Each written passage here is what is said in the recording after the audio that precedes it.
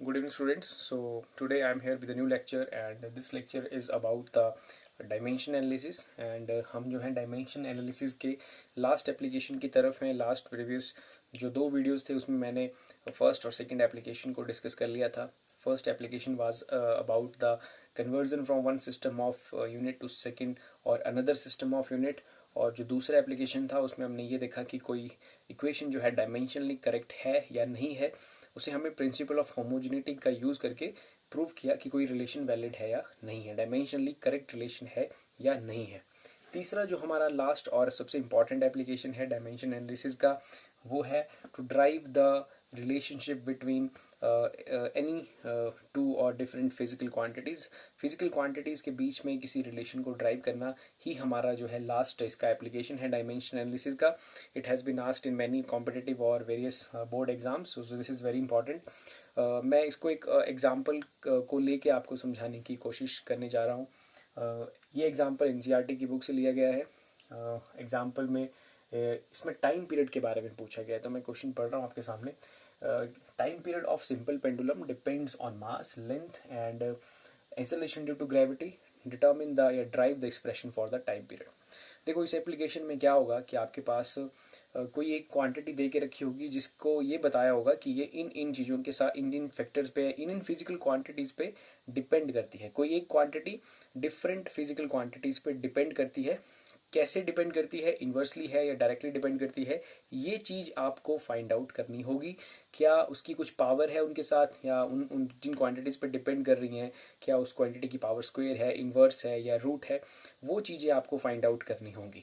आपको सिर्फ इतना दिया होगा कि एक क्वांटिटी, कोई quantity, let us consider that कि कोई एक्स क्वांटिटी वाई और जेड पे डिपेंड करती है. कैसे डिपेंड करती है वो आप निकालेंगे डायमेंशन एनालिसिस का यूज़ करके. इन दिस क्वेश्चन ये बताया गया है कि टाइम पीरियड जो है पेंडुलम के मास पे, पेंडुलम की लेंथ पे और एक्सेलरेशन ड्यू टू ग्रेविटी पे डिपेंड करता है. तो एग्जैक्ट रिलेशन क्या है वो हमें डायमेंशन एनालिसिस से ड्राइव करना है. So it is like that.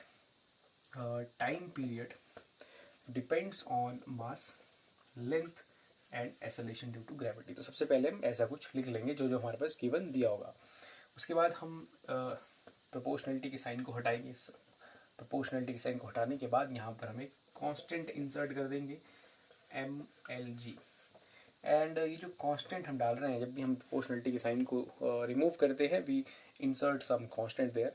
ये डायमेंशन एनालिसिस का एक लिमिटेशन भी कह सकते हैं हम इसे, बिकॉज इस एनालिसिस में हम रिलेशन तो ड्राइव कर पाएंगे वेरियस फिजिकल क्वांटिटीज के बीच, लेकिन हम इस कांस्टेंट के बारे में नहीं बता पाएंगे इसकी कितनी वैल्यू है. हम सिर्फ ये कहेंगे कि this is there is some constant. Value क्या है इसकी ये हम यहाँ पर नहीं बता पाएंगे. सो बट ओके, हम इसको ड्राइव करने की कोशिश करते हैं कि टाइम जो है मास, लेंथ और जी पे कैसे डिपेंड करता है. तो सबसे पहले हम जिसको निकाल रहे हैं उसका डायमेंशनल फॉर्मूला लेफ्ट साइड में लिख लेंगे. या उससे भी पहले हम इनको पावर दे देंगे, लाइक मास को ए पावर, लेंथ को बी पावर और जी को सी पावर. और अब इनके डायमेंशन फॉर्मूलाज लिख लेंगे. टाइम का फॉर्मूला जाएगा n0, l0 and t. And in the right side हमारे पास डायमेंशन फॉर्मूलाज हैं. मास के लिए कैपिटल M और इसकी पावर रहेगी a. And length of pendulum का फॉर्मूला रहेगा कैपिटल L और उसका पावर आ जाएगा b. और तीसरा जो है हमारे पास वो है acceleration due to gravity. So it is acceleration, इसका फॉर्मूला रहेगा LT-2 raise to power c. So ये हमारा दूसरा स्टेप है, ये हमारा फर्स्ट स्टेप, इसको equation number 1. And this is our second step. So second step में हमें ये सब लिखना है. ओके, इसके बाद के प्रोसीजर्स मैं ऊपर लिख रहा हूँ. इसके बाद हमारे पास क्या प्रोसीजर रहेंगे और अल्टीमेटली हम टाइम पीरियड के लिए फॉर्मूला निकाल पाएंगे. सो आप इनकी पावर्स को सॉल्व कीजिए. लेफ्ट हैंड साइड में ऐसे लिखिए n0, l0, t. And in right side you have m raised to power a and l raised to power b, और यहाँ पर l raised to power c and t raised to power -2c. Okay, then आप same base power add कर सकते हैं. m raised to power a and l raised to power b plus c and t raised to power -2c.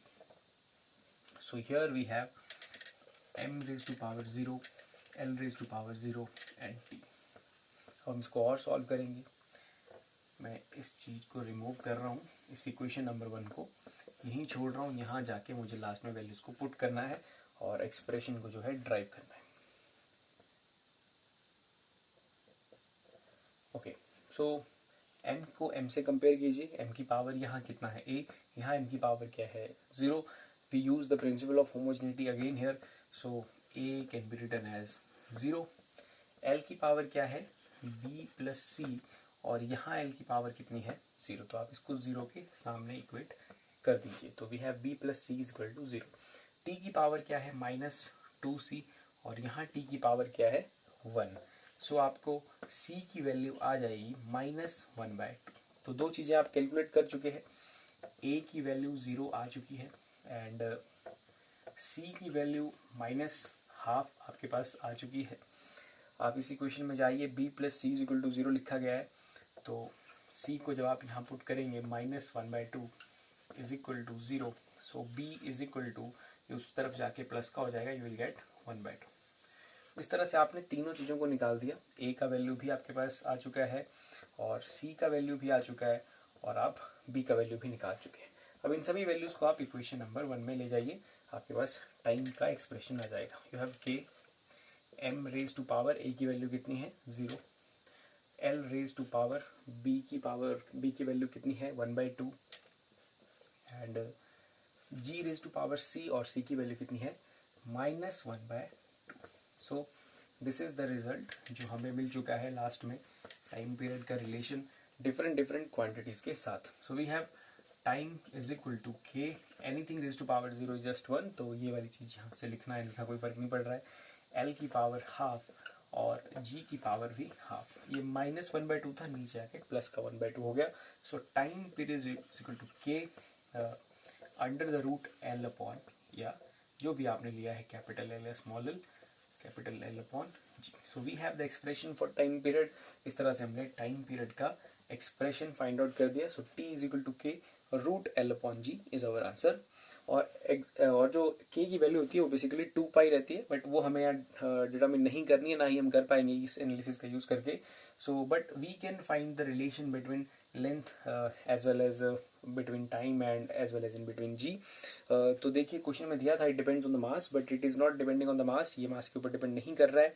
It only depends on the length as well as the length of the pendulum as well as on the acceleration due to gravity।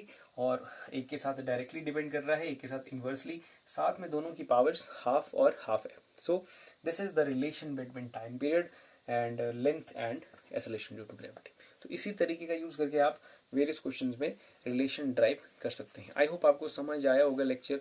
तो इसी के साथ हमारा dimension analysis जो है एक तरह से कंप्लीट हो चुका है। मैं कुछ अगर क्वेश्चंस डिस्कस करूंगा इसके बाद नेक्स्ट वीडियोस में, और अपना अगला टॉपिक जो है एरर्स जल्दी आपके सामने लेके आऊँगा। Thank you very much.